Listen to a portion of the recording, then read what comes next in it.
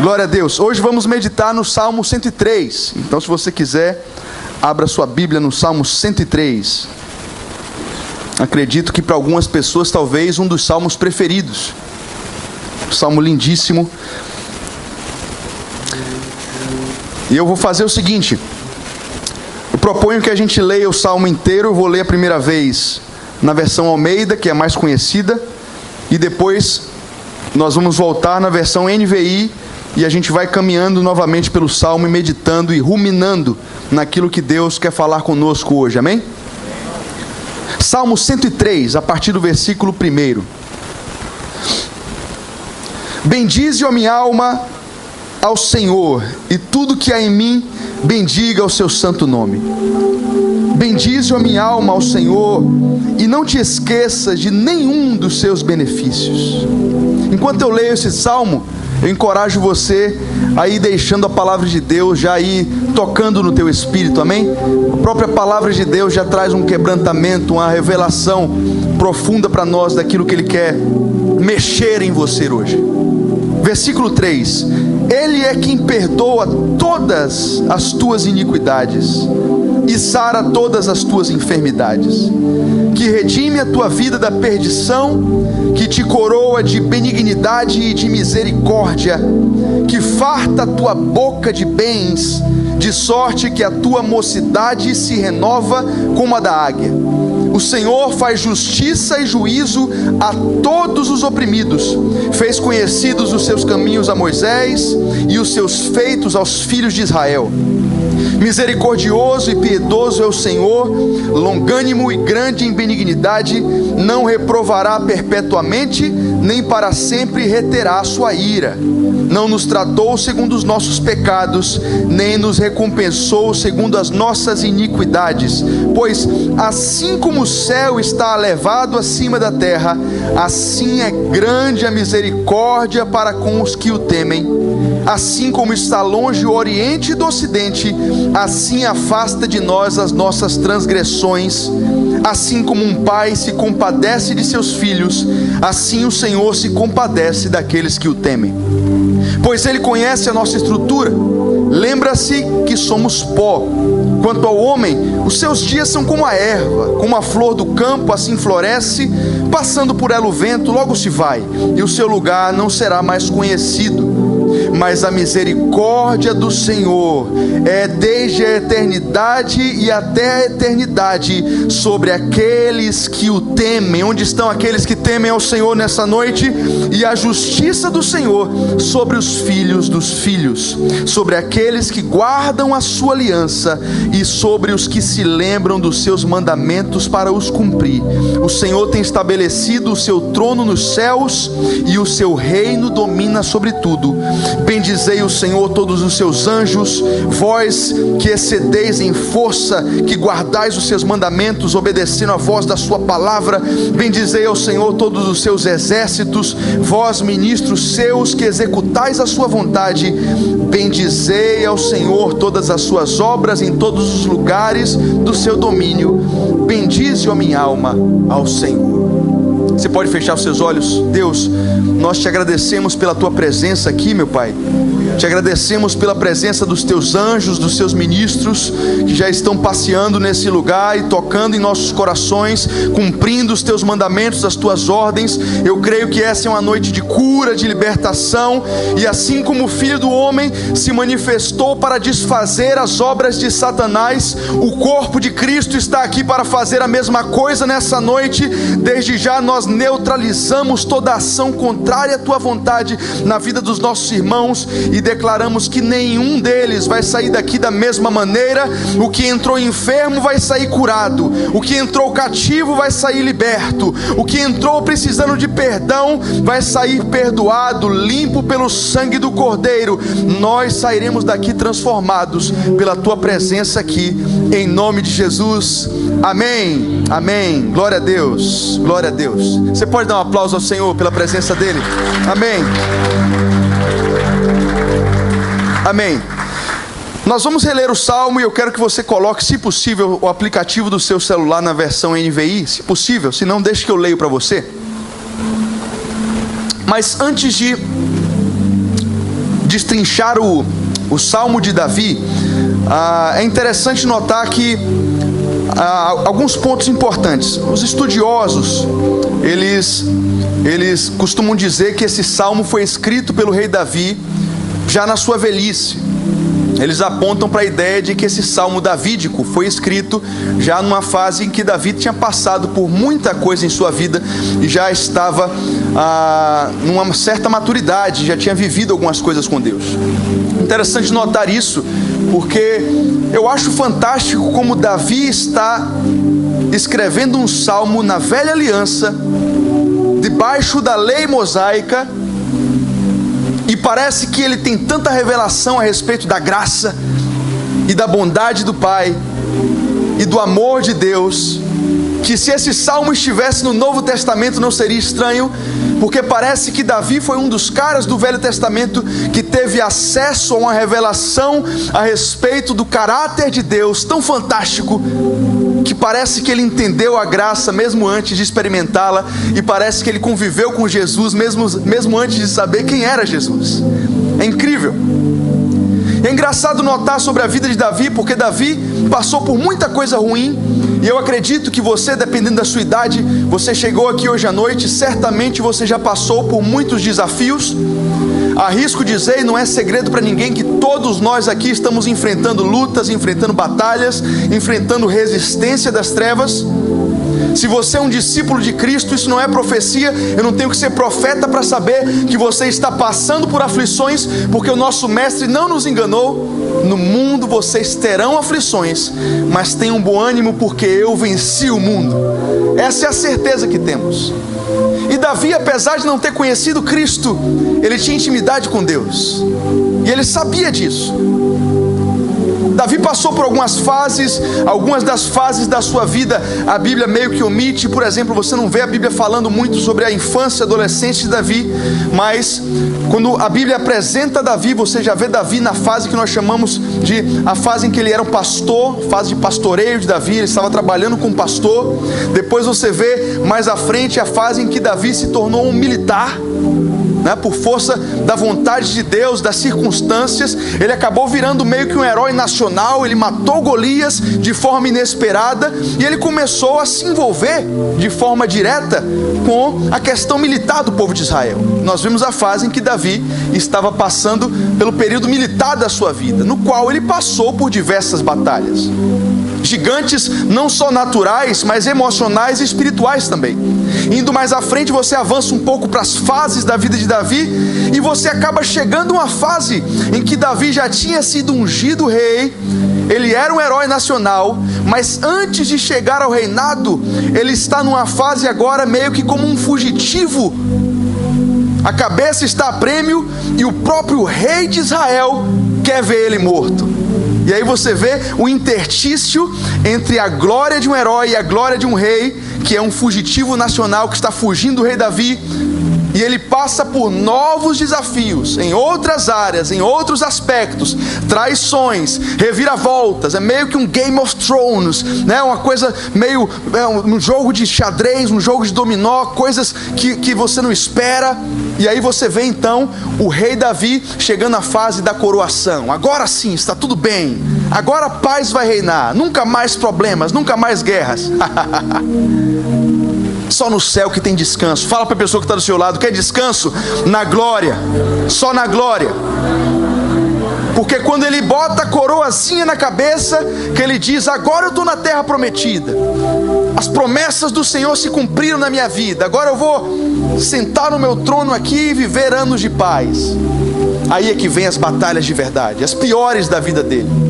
É filho traindo, é esposa passando a perna, é inimigo de tudo quanto é lado. E aí você vê, depois de todas essas fases de um homem de Deus, segundo o coração de Deus, depois de passar por tantos problemas, tantas provas, chegando no fim dessa vida e escrevendo esse salmo. Ele começa o salmo nos versículos 1 e 2 fazendo um exercício interessante, porque o rei Davi começa o Salmo 103 falando com a própria alma dele. Parece uma coisa meio doida, o cara falando com ele mesmo. Mas ele começa o salmo assim, falando com a própria alma dele: bendiga ao Senhor a minha alma, bendiga ao Senhor todo o meu ser, bendiga ao Senhor a minha alma, e não se esqueça de nenhuma das suas bênçãos. Você já fez esse exercício? Nós costumamos pedir muita coisa a Deus, mas nós estamos vendo uma referência para nós, fazendo algo que eu recomendo que você faça com mais frequência. Minha alma, lembra daquilo que Deus fez lá no passado. Lembra de quantas coisas Ele já fez em seu favor. Parece que Davi está aconselhando ele mesmo. Eu não sei o que ele estava passando nessa hora, mas ele está falando consigo mesmo e dizendo: minha alma, para um pouquinho de olhar para as circunstâncias que estão ao seu redor e lembra do que o Senhor já fez pela sua família. Lembra no teu passado de onde Deus te tirou. Deus está falando com alguém aqui nessa noite. Eu não sei o que você está passando, mas talvez esteja na hora de você se lembrar do que Deus já fez por você. Lembre de onde Ele te tirou. Você lembra como era ruim ser escravo do pecado? E hoje você é filho de um rei. Hoje você entendeu a graça. Você tem Jesus. Sabe esses artistas da Globo, sabe esses políticos que estão por aí com bunkers cheios de dinheiro, 51 milhões, você acha que eles são ricos? Rico é você, meu irmão. Nós somos os verdadeiros trilionários. Nós encontramos a pérola de grande valor. Você pode falar para alguém do seu lado: você é rico. Você é rico. Fala para alguém, por favor, fale isso para ele. Talvez ele tenha se esquecido. Às vezes Satanás apronta uma coisa aqui, outra acolá. Satanás vem com seus demônios, com as suas presepadas. O mundo nos persegue. Nós nos esquecemos de que somos ricos, de que a nossa pátria está nos céus, de que estamos ajuntando tesouros onde os políticos não podem roubar, onde os corruptos não podem mexer. Ei, o seu tesouro aqui nesse mundo natural pode ser mexido, mas na glória, na tua pátria lá no céu, Jesus disse: ajunte tesouros lá, porque lá ninguém pode mexer no tesouro de vocês. E Davi faz esse exercício. Ele começa o salmo ensinando para a gente sobre esse coração davídico. Eu creio que o coração de Davi é uma chave preciosa na vida de qualquer adorador que queira aprender a se relacionar com Deus. E esse é o coração de Davi. A despeito das circunstâncias, minha alma, não se esqueça do que Deus fez lá atrás. Não deixa que as circunstâncias façam você esquecer de que Deus é bom. Deus é bom. E ele continua o salmo no versículo 3 falando algo interessantíssimo, porque ele traz uma revelação poderosa, uma promessa do Senhor para nós. E ele traz a seguinte verdade, falando com a alma dele ainda. Perceba que ele está falando com a alma dele. Minha alma, presta atenção, é Ele quem perdoa todos, diga todos, diga mais forte isso, todos os seus pecados, e cura todas, diga mais uma vez, todas as suas enfermidades. Que promessa poderosa do Senhor para nós.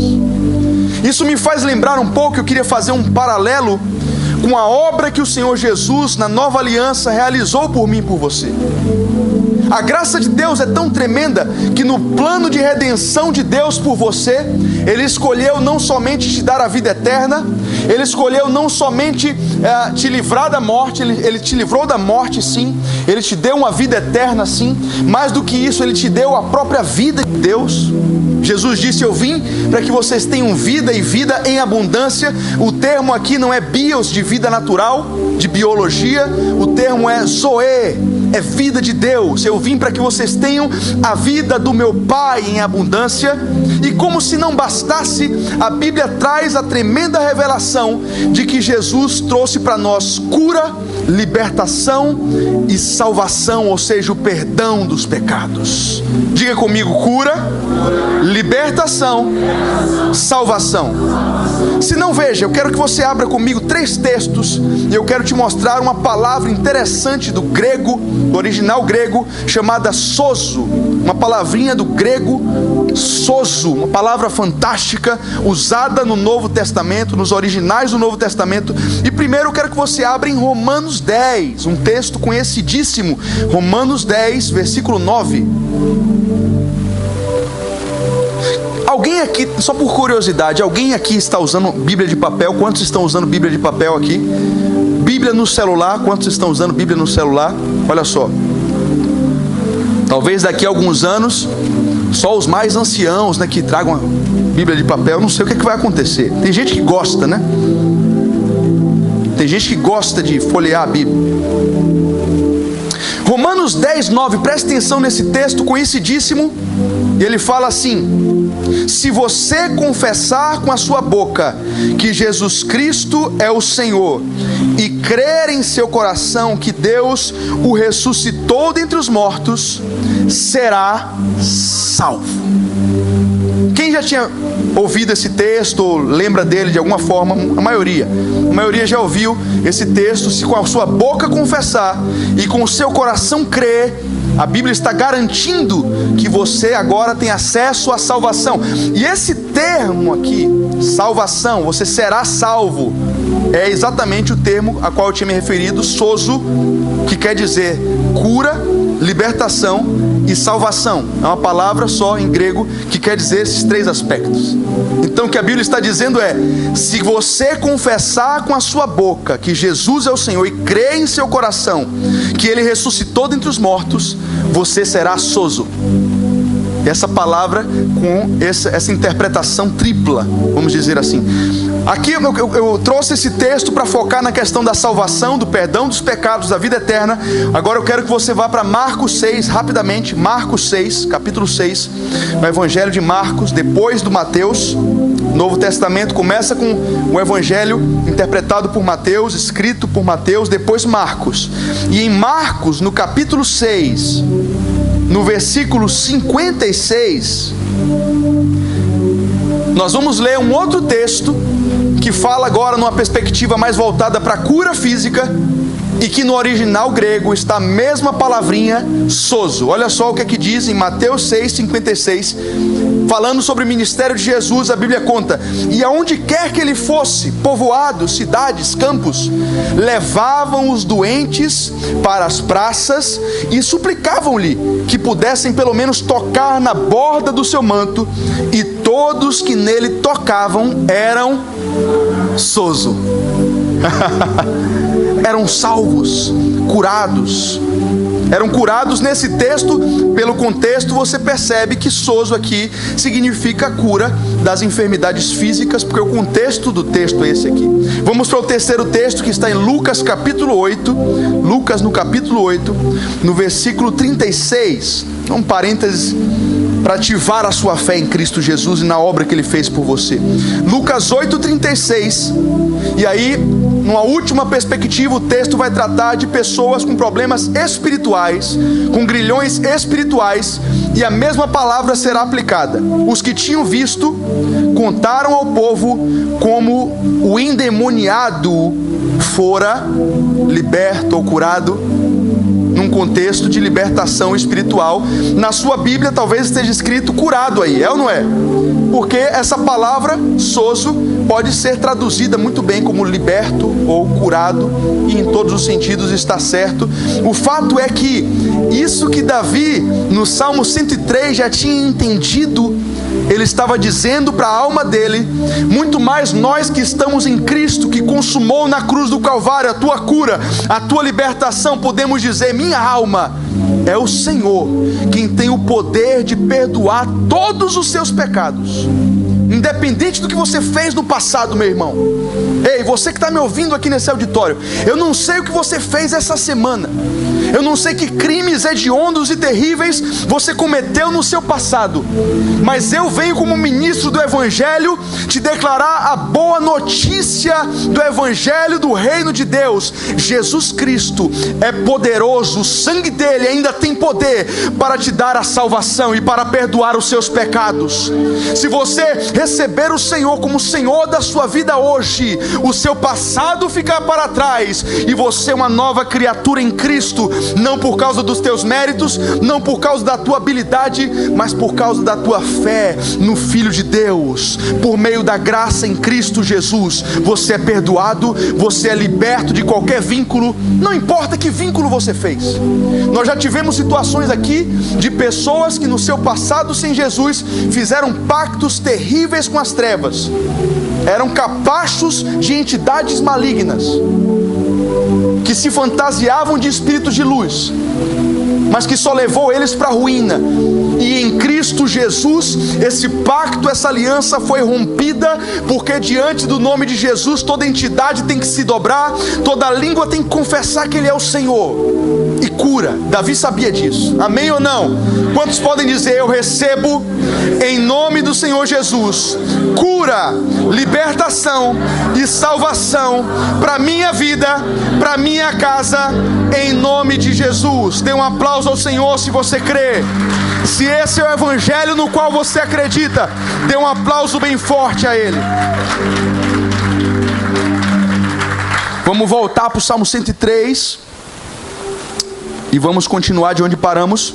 Versículo 4, é isso mesmo, que é Davi ainda falando para a sua alma, continua falando a respeito do Senhor para ela, e fala o seguinte: é Ele quem resgata a tua vida da sepultura e o coroa de bondade e compaixão. Versículo 5 é interessantíssimo, porque Davi fala o seguinte para a alma dele: minha alma, é Ele que enche de bens a sua existência. A versão Ferreira de Almeida fala: é Ele que enche de delícias a sua boca. Quem gosta de comer comida gostosa? Eu não sei quem tem coragem de dizer aqui, mas eu queria te perguntar: alguém pode dizer qual a sua comida preferida? Não sei, Sargento Edson. Lasanha? Olha só, uma lasanha bem feita. Quem mais pode dizer? Quem gosta de muqueca de camarão? Muqueca de camarão, olha aí. Cadê os machos que gostam de uma rabada, uma buchada de bode? Cadê? Pensa numa comida deliciosa agora. Se você está, como bispo, agora é covardia. Não sei se você veio do trabalho, não sei como é que estão as suas lombrigas brigando aí dentro, mas eu queria atiçar. Pensa numa comida gostosa aí. E Davi está dizendo: minha alma, ei, é o Senhor quem coloca delícias na sua boca. É o Senhor quem te dá prazer, quem te dá fartura, quem te dá alegria. Quem disse que Deus te criou para ser escravo? Quem disse que Deus te criou para sofrer? Deus é um Deus de abundância, Ele gosta de presentear, Ele gosta de te dar delícias. Não tenha medo de desfrutar do que o Senhor tem te dado. Ele tem te abençoado para que você seja uma bênção na vida daqueles que estão ao seu redor. Então usufrua mesmo da bênção que o Senhor tem te dado, e seja mais do que um receptor de bênçãos, um abençoador para aqueles que convivem com você. E Ele fala mais: é Ele que renova a sua juventude como a da águia. Em tempos de tantas plásticas, de tantas cirurgias estéticas, olha aí a solução para nós.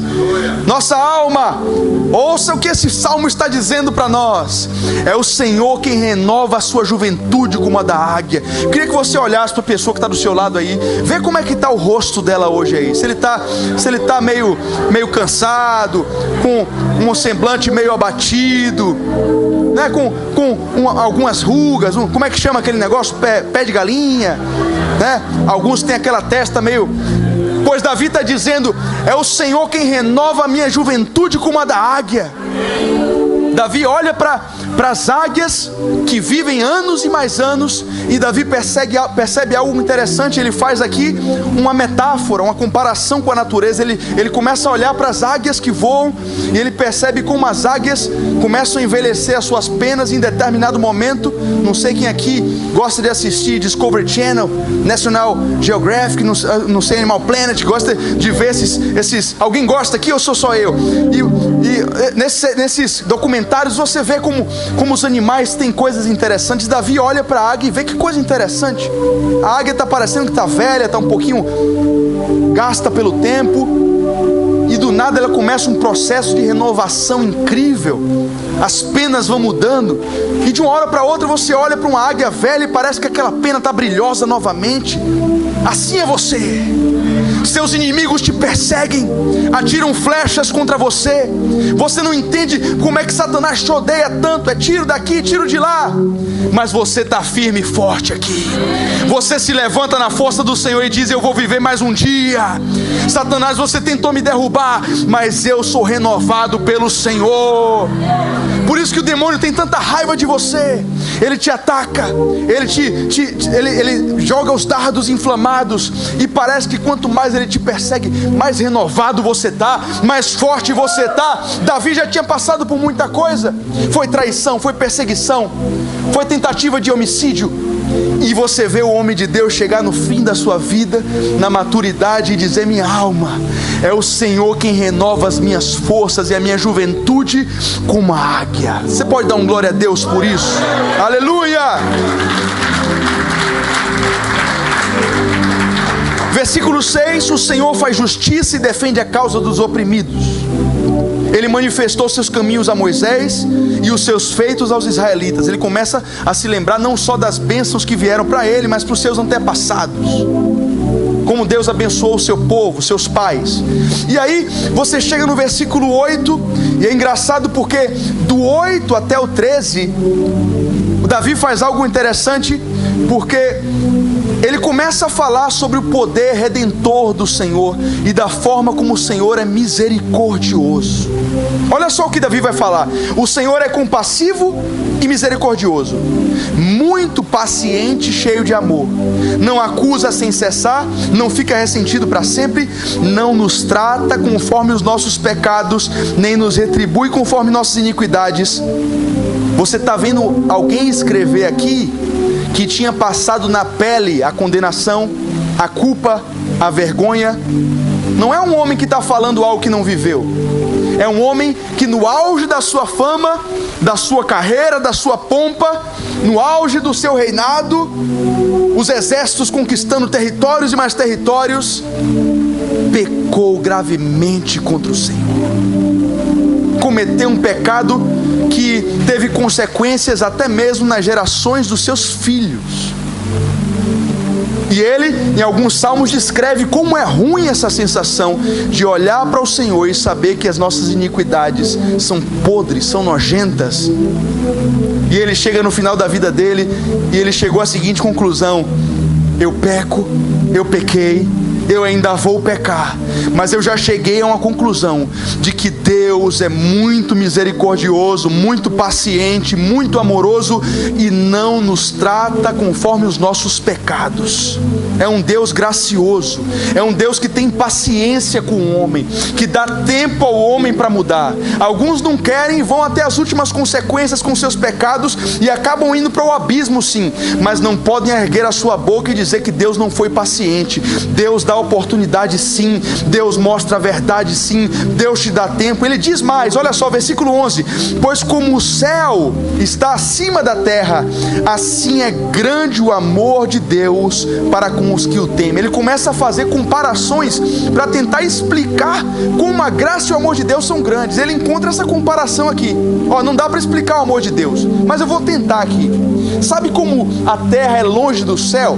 Um tempo que ele não tinha noção do que era o céu. Ele não sabia o que era um avião, um foguete. Ele não sabia quão distante era aquela nuvem que ele estava olhando. Ele só tinha uma noção de que era muito distante. Ele diz: gente, o amor de Deus é como a terra é longe da nuvem. Essa altura, sabe essa altura?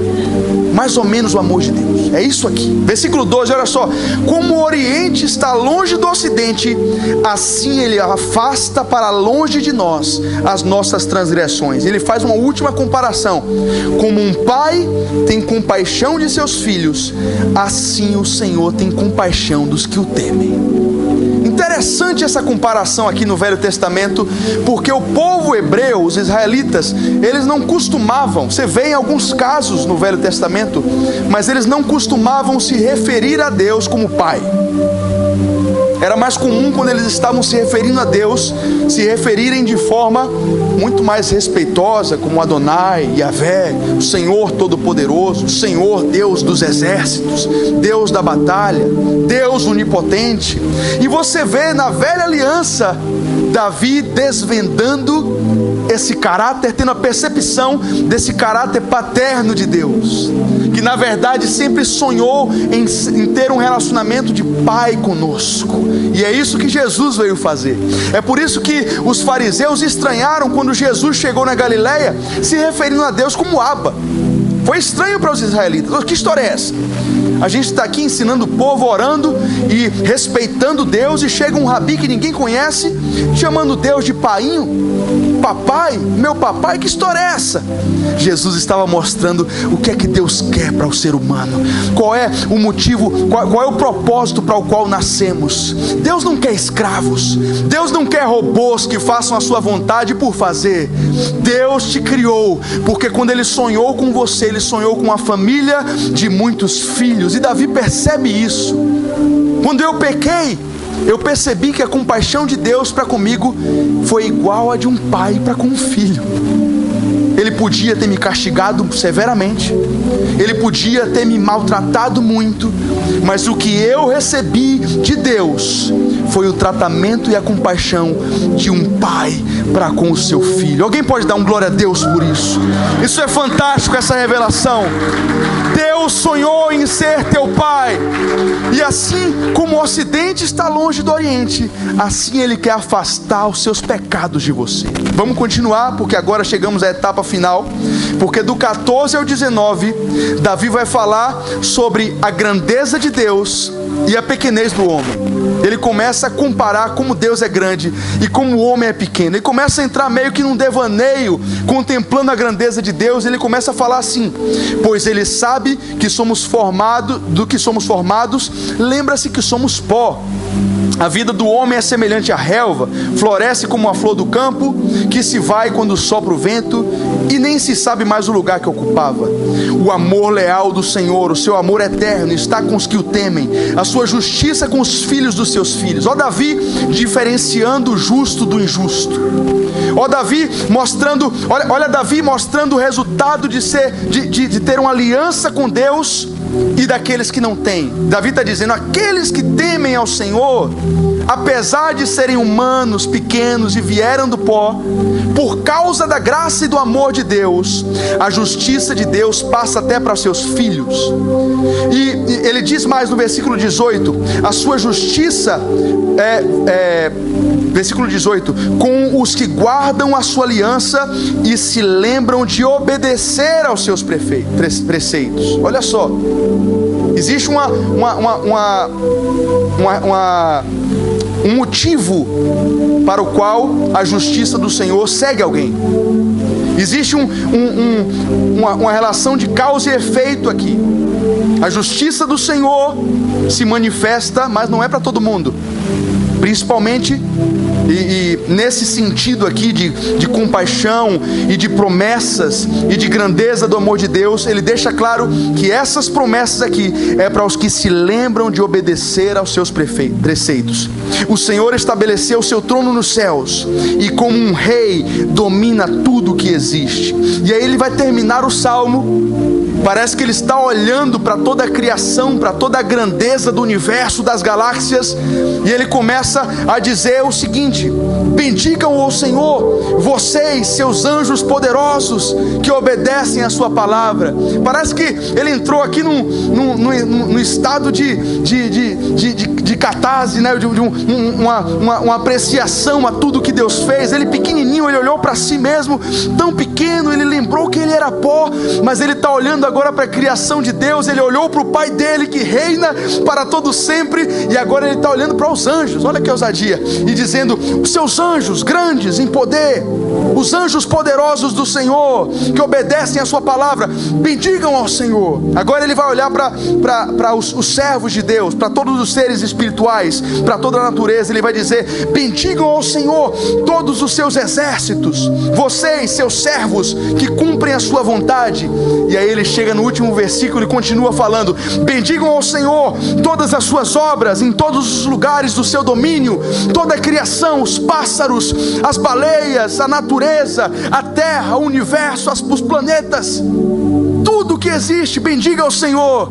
E aí parece que ele vai terminar o salmo olhando mais uma vez para essa coisa pequena e aparentemente insignificante da natureza da criação, que é o ser humano, ele olha para dentro de si, depois de viajar por toda a criação e pelos seres angelicais, ele olha para dentro da sua alma e diz mais uma vez: minha alma, bendiga ao Senhor. O que eu aprendo desse salmo de Davi é que muitas vezes a gente viaja na nossa mania de grandeza como se nós fôssemos grande coisa. Nós nos esquecemos de como nós somos pequenos. Mais de 7 bilhões de seres humanos no planeta, e Deus se importa com você. Quantos seres humanos já passaram pela terra? Quantos anjos existem? E enquanto nós murmuramos dos nossos problemas, enquanto nos queixamos dos nossos fracassos, existem milhões de criaturas, de seres voando nos mares, nos abismos dos oceanos, nas florestas da terra, nos desertos. E quando você olha para toda a criação, ela só faz uma coisa: ela glorifica o nome do Senhor. O próprio Davi diz em outros salmos: os pássaros, os céus anunciam a glória do Senhor, o firmamento faz menção da glória dele, as montanhas, as rochas, tudo que existe louva ao Senhor. Eu vou louvar também. Você está me entendendo? Você está me entendendo? Deus não tinha que se preocupar comigo, porque eu sou minúsculo, eu sou uma gota num oceano de criação e de amor, e mesmo assim Ele escolhe cuidar de mim. Ele escolhe cuidar de mim. Essa foi a conclusão que Davi chegou. Minha alma, veja como você é amada, veja como você é abençoada. E eu queria te encorajar a terminar essa meditação fazendo isso. Sabe, antes de orar pelos seus problemas, pelas suas tribulações, pelos seus desafios, eu queria que você fizesse um exercício. Eu queria que você agora fechasse os seus olhos e durante alguns segundos, enquanto o pastor Otávio está ministrando no teclado, você falasse silenciosamente com a sua alma e se lembrasse das coisas boas que Deus tem feito por você. Você pode fazer isso? Fique à vontade.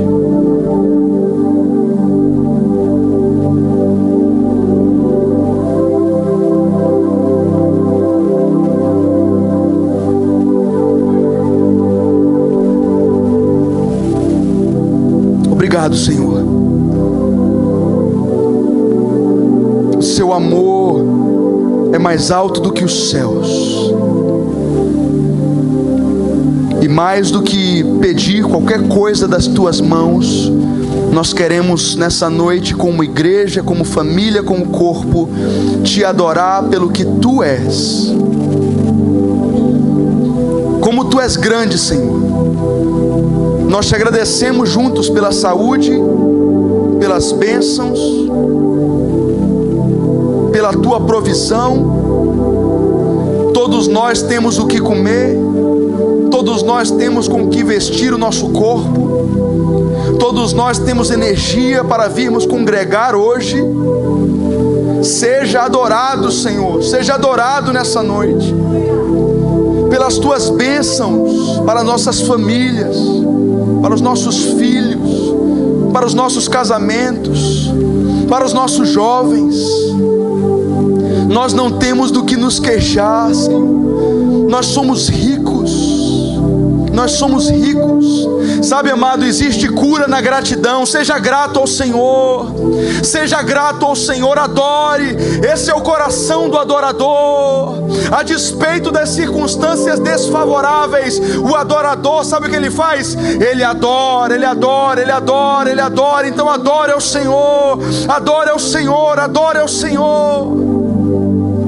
E nesse momento eu queria que, com toda humildade, com toda fé, você que tem alguma causa impossível, algum tipo de desafio pelo qual está passando, que precisa desesperadamente da intervenção sobrenatural de Deus, seja uma cura, seja uma batalha espiritual, seja em qualquer nível, seja um filho perdido nas drogas, seja um marido com depressão, seja um casamento destruído, seja uma doença emocional, Se você tem fé na bondade e no amor desse Deus, eu quero te desafiar a ficar de pé nesse momento. Se você quiser essa oração, se você entrou hoje aqui dependendo de uma intervenção sobrenatural, eu quero te desafiar a ficar de pé. Deixa eu orar por você.